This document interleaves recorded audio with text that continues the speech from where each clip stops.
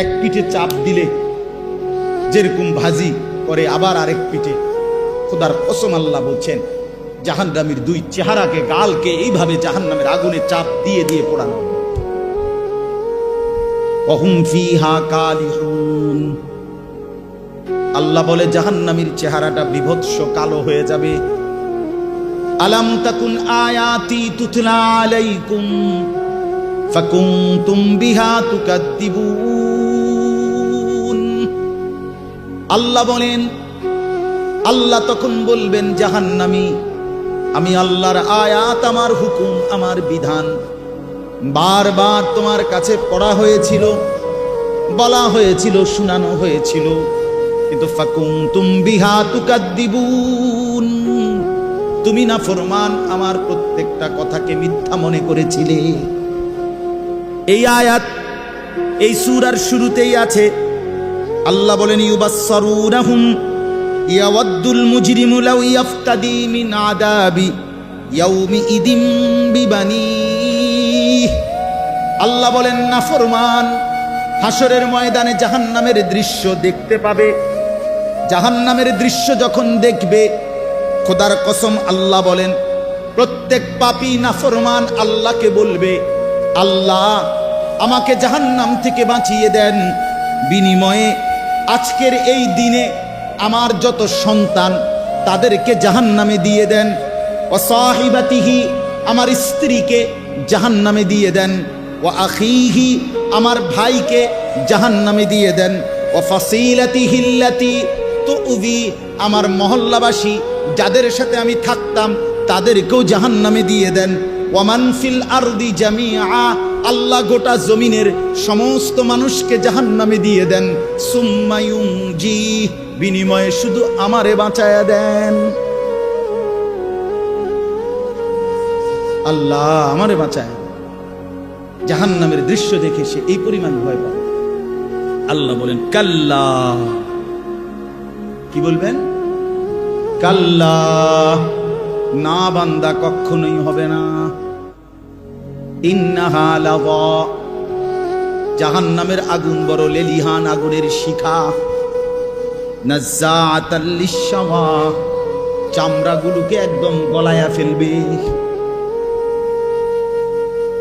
চামড়াগুলোকে পুড়ে ছাই করে ফেলবে। কুল্লামা নাদিজাত জুলুদুহুম বাদদালনাহুম জুলুদান গায়রাহা। আল্লাহ বলেন নাফরমানের জাহান্নামে চামড়া যখন জ্বলে যাবে, সাথে সাথে চামড়া নতুন করে বানিয়ে দেয়া হবে।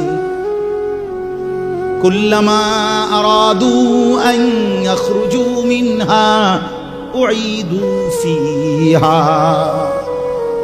আল্লাহ বলে জাহান্নামী যখন আগুনের মধ্যে সাঁতার কাইটা পারে আসতে চাইবে, ফেরেশতা তখন লাথি দিয়া আবার আগুনের মধ্যেই ফেরত দিয়ে দিবে।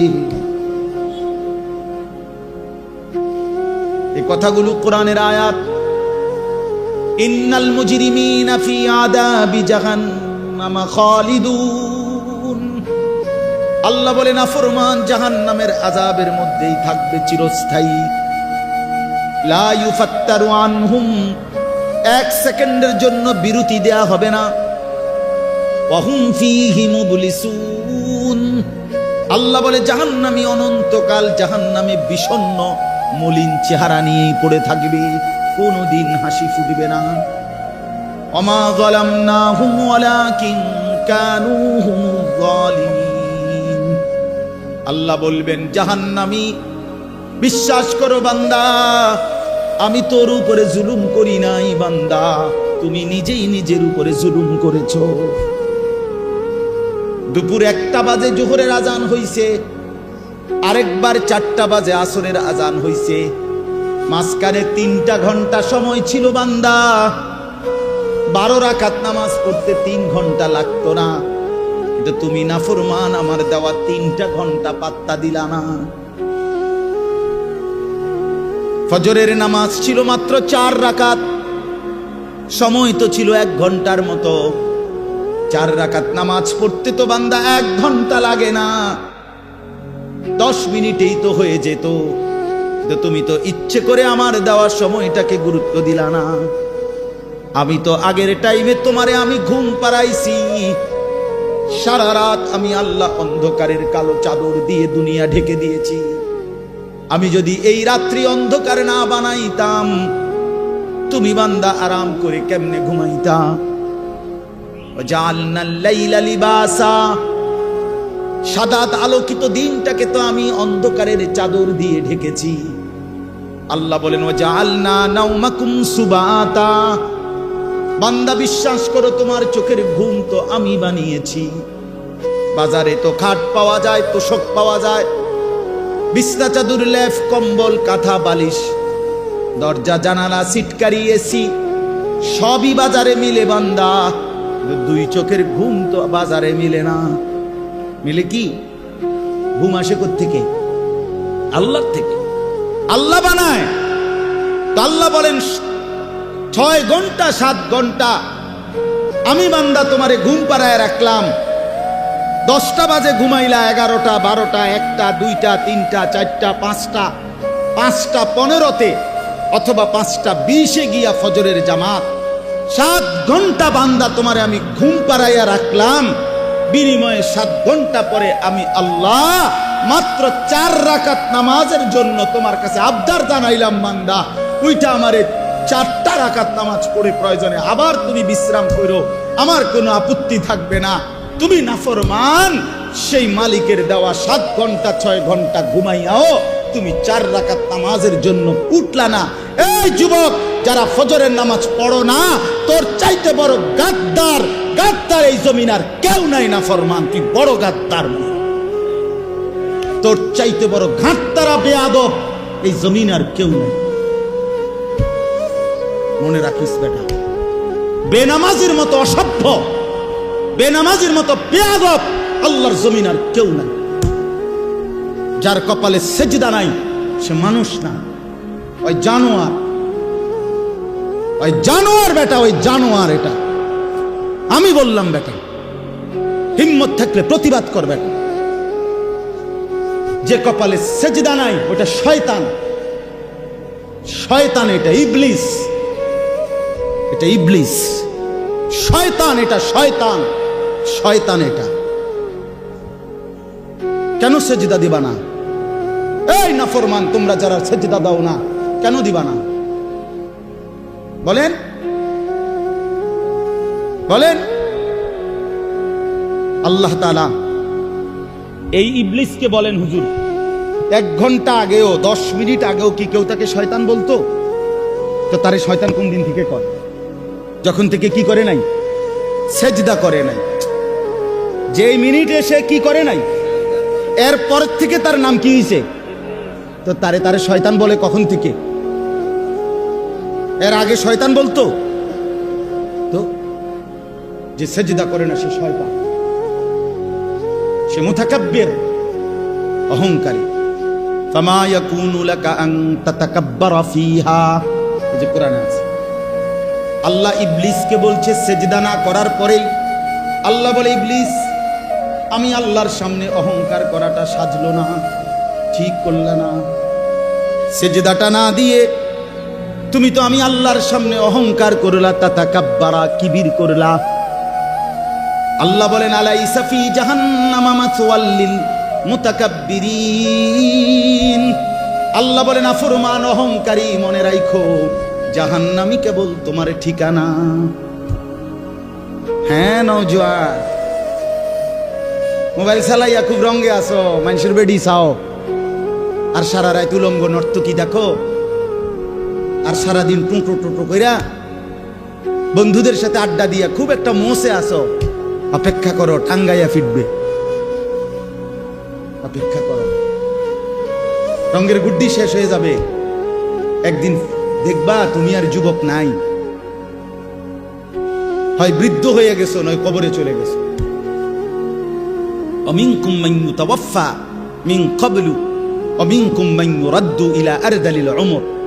আল্লাহ তাআলা বলেন, অসংখ্য শিশু যখন যৌবনের দিকে আসতে থাকে, আমি আল্লাহ তাআলা এরই মাঝে কাউকে মৃত্যু দিয়ে দেই আর কাউকে বৃদ্ধ বানাই। সব শিশুই কি বুড়ো হয়? কথা বলেন। তাহলে তুমি কেমনে ভাবলা বাবা? অনেক নওজোয়ান মাশাআল্লাহ। হাসান বসরি রহমাতুল্লাহ আলাইহি একদিন যুবকদেরকে দেখে বলছিলেন, ইয়া মা'শারাশ শাবাব, হে যুবকরা শোনো, ইন্না যারআ কাদ তুদরিকুহুল আহাতু ক্বাবলা আন ইয়াবলুগা।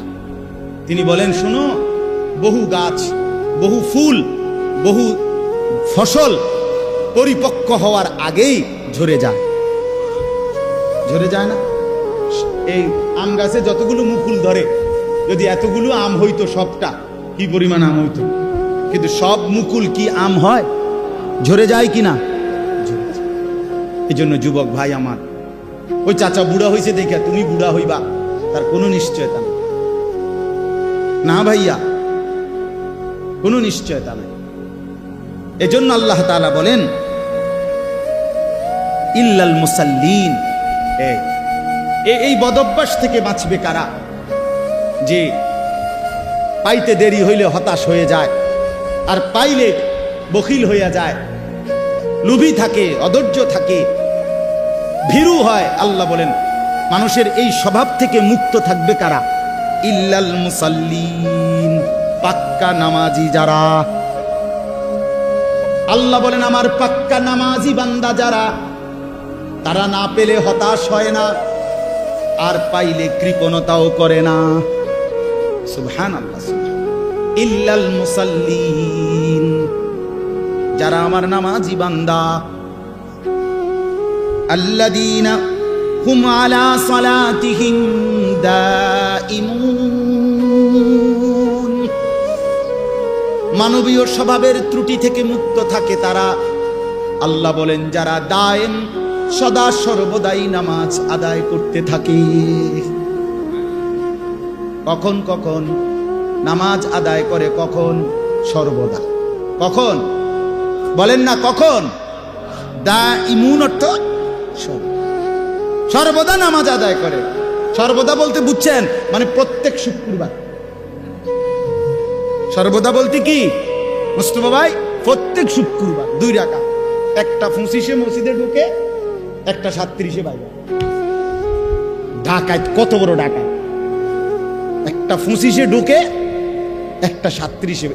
এই 10 মিনিটের মধ্যে, 20 মিনিটের মধ্যে গড়ির দিকে চাইছে মনে 50 বার। কারণ এই যে গুড়া কিরমি কামড়ায়, গুড়া কিরমি কামড়ায়, ইবলিসে কামড়ায়। ইবলিসে তো মসজিদের বাইরের থেকে ডাক দেয়, এতক্ষণ বইয়ে রয়েছে মসজিদে, কি করো? তাড়াতাড়ি বাইরে বেটা, তোর মতো লোক কি মসজিদে বইয়ে থাকুন না? এই জন্য ইমাম সাহেব সালাম ফিরাইতে দেরি, সাথে সাথে মসজিদ থেকে বাইর হয়ে যায়। হায় মুসলমান, পরবর্তী 4 রাকাত সুন্নতে মুআক্কাদা নামাজ ইমাম সাহেবের আব্বার সম্পত্তি দেখা শুধু ইমাম সাহেবে পড়ে, সামনের কাতারের মুসল্লিরা পড়ে, আর আপনাদের জন্য এই নামাজের হুকুম নাই, এই জন্য আপনারা বের হয়ে যান নাকি? এটাই শরীয়ত? কথা বলেন না কেন? এটাই দিন? তাহলে এই 2 রাকাত নামাজ পড়া, শুধুমাত্র শুক্রবারে জুমার নামাজ, শুধুমাত্র 2 রাকাত নামাজ, এইটুকুই মনে রাখবেন। আমি নিজে কিতাবে পড়ছি, কোন বান্দার একটি আমল কবুল হলো কিনা এটার প্রমাণ হলো ওই বান্দাকে আল্লাহ তাআলা এটা কবুল করিলে দ্বিতীয়বার পরের আমল পুনরায় তাকে ওই আমল করার তৌফিক দেয়। এজন্য যার ফজরের নামাজ কবুল হইছে তাকে আল্লাহ জোহর পড়ার তৌফিক দেয়, যার জোহর কবুল হইছে তারে আল্লাহ আসর পড়ার তৌফিক দেয়, যার আসর কবুল হইছে আল্লাহ তারে মাগরিব পড়ার তৌফিক দেয়, যার মাগরিব কবুল হইছে আল্লাহ তারে এশার নামাজ পড়ার তৌফিক দেয়। তাহলে আমনে চান্দু শুক্রবারের 2 রাকাত নামাজ পইরা আগে দিয়েও ফজর পড়েন নাই, পরে দিয়েও আসর পড়েন নাই, মাগরিব পড়েন নাই, সারা সপ্তাহ নামাজ পড়েন নাই, আমনের জুমার নামাজের কি দশা আমনে বুঝা? হ্যাঁ, কে বলছে? এই যুবক ছেলেরা, তোমরা যারা শুধু জুমার নামাজ পড়ো, অথবা মাঝবয়সী যারা, আপনারা যারা শুধু শুক্রবারের 2 রাকাত নামাজ পড়েন, এটা আপনাদেরকে কে শিখাইছে বলেন? কার থেকে আপনারা এটা নিলেন বলেন? কোন আলেমে দ্বীন কোনদিন আপনাদেরকে বলছে যে এক মুসলমানের জন্য নামাজ শুধু শুক্রবারে? কথা বলেন না কেন? তাহলে এটা আপনারা কোত্থেকে নিলেন? কিভাবে নিলেন আপনারা? মসজিদগুলো দোতলা হয়, শুক্রবারে জাগা হয় না। মসজিদ ভাঙ্গা নতুন মসজিদ হয়, জুমার নামাজে জায়গা হয় না। মসজিদ কি শুধু জুমার নামাজের জন্য না 5 ওয়াক্ত নামাজের জন্য? হ্যাঁ, শুনেন, এটা মনে রাখেন। ইহুদিদের হাতে এই যে আজকে ইসরায়েল মুসলমানের রক্তে ভাসায় ফেলতেছে ফিলিস্তিন, গাজা, এখন আবার হামলা শুরু করছে লেবাননে। এই ইহুদি বেঈমানরা, এই ইহুদি কাফেররা, ওদের একটা ধর্মের বিশ্বাস আছে, জানেন? ওদের ধর্মীয় একটা বিশ্বাস আছে। ওদের পাদ্রীদের কথা, ওদের রাব্বি যাদের ধর্মগুরু, তাদের একটা বিশ্বাস আছে। তারা বলে যে মুসলমান যেদিন জুমা এবং ফজর, মুসলমানের এই 2 নামাজ যেদিন বরাবর হবে, সেদিন মুসলমানের হাতে গোটা পৃথিবী মুসলমানের কদমের নিচে আসবে। কোন নামাজ? জুমা এবং ফজর। আমি নিজে কিতাবে পড়ছি। হ্যাঁ, ইমানের বিজয়ের জন্য, মুসলমানের বিজয়ের জন্য, হকের বিজয়ের জন্য ফজরের নামাজ জরুরি।